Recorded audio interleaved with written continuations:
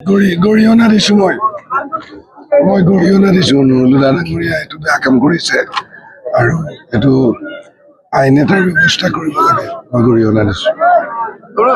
বিৰোধীয়ে একচুৱেলি মানে সদনত ৰাইজৰ মাত নামাতি মানে তেখেতসকলক হুলস্থুলীয়া পৰিৱেশ কৰে বিৰোধীসকল মাত মাতিবৰ কাৰণে ৰাইজৰ কাৰণে মাত মাতিবৰ কাৰণে কিন্তু তেখেতসকলে মাত নামাতে কিহৰ কাৰণে মাত নামাতে কি ক'ব আপুনি ৰাইজে সকলো দেখি আছে আৰু তাৰ উত্তৰ ৰাইজে পঞ্চায়তত দিব ৰাইজে তাৰ উত্তৰ ২৬ৰ ইলেকশ্যনত দিব আৰু তেওঁলোকক বহুখিনি মানুহকে অহা বিধানসভাত আপোনালোকে দেখিবলৈ নাপাব আৰু ঠিক আছে মাইনৰিটি অঞ্চলত মাইনৰিটি ৰাইজে বিজেপিক তেওঁলোকৰ মাজলৈ নিমন্ত্ৰণ কৰিছে আজি মোক তেনেকৈ ৰাইজে মাতিছে ইয়াত দোৱা কৰিছে আমিও ৰাইজৰ লগত আছো গতিকে সকলো মিলি এবাৰ দিং সমষ্টিটো